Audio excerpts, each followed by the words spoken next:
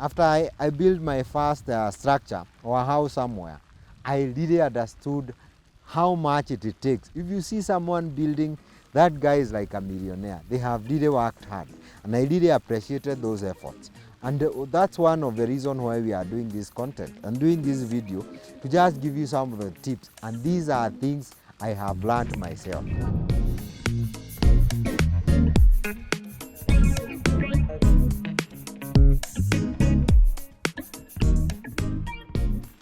How not to build a house in Kenya. Please don't build without a plan.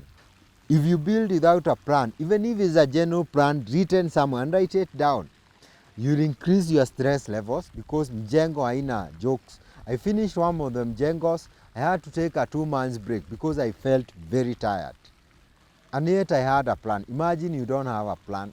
You don't know whether you are building foundation in March. You also don't know where you are going to get money. You get anxiety and stress and worry when you don't have information. Also, you may have cost overruns because you don't have an idea.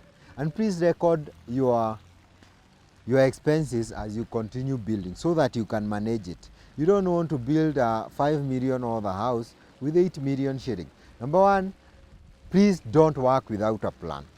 Invest in an 8-acre plot at Gardenia Estate, Kangundo Road at 750,000 Kenya shillings only.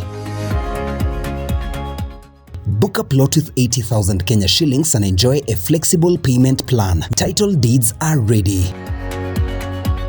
Site visits every Wednesday and Saturday. To invest, SMS plot to 20321 or call 0725 000 222. Number two, please don't delegate too much. You need to be going to a mjengo when it is active at least 3 times in a week, at least. More times are better, so that you keep rectifying. As much as you have a supervisor, you are the decision maker. You may see some people ordering some things that are not necessary, some things that are equally too expensive. So don't work without a plan, because you don't know the budget, you don't know the time it will take. You'll just increase your stress levels. Don't be unavailable. Basically, be available. I talked about at least 3 times you need to visit that mjengo. Imagine you are working in Nairobi and the mjengo is in Eldoret. It is a big challenge. You have to find someone who you can trust. Number 4, don't just work with anyone. Vet the professionals who you are working with. Not every professional is worth their salt. People will call them big names, engineers, managers, consultants, supervisors, and all that, with very big word, very big proposals, but you need to vet them. And that's why a referral program works best for me. If you visit someone who have built in Runda, they'll most likely tell you who did the ceiling, who did the floors, who did the lighting, who did the landscaping. This one is so well done. Like if I visit my friend who has done this structure, he'll give me all those details. Basically, take your time. Also, don't ignore lawyers in the process. If you're having agreements with contractors, you are spending too much money, so that they vet your contract. Some people have contracts that are meant to trick you. Some jengos you'll need contracts. I know those people who are building in the rural areas or doing some small structures. I'm talking more about permanent structures. These are stone wall houses. If you are building a mabati house, maybe you don't need a lawyer. I don't know these things. I'm talking about permanent structures. Make a lawyer your friend. You just pay 20,000. You can also negotiate. They look at all your contracts and tell you where you are being tricked. So don't work without a lawyer.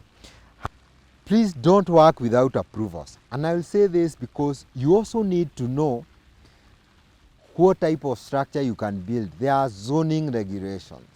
If you go to some estates in Kilimani or Kileleshwa, you cannot build a high-rise. You cannot do a high-rise in Karen. You cannot do a high-rise in Runda. So understand what type of structure you can build. Don't go there blind. I hope these tips are important to you, and I hope you'll not build without a plan. Don't ignore professionals.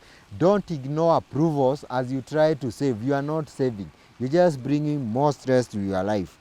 If you follow these tips, To be honest with you, you'll build a house that is in your dreams, high quality materials in your house, a house that can last. You'll build it within the right period of time, and also you'll build it within the right budget. People will not steal from you. So basically, those are the tips on how not to build a house in Kenya.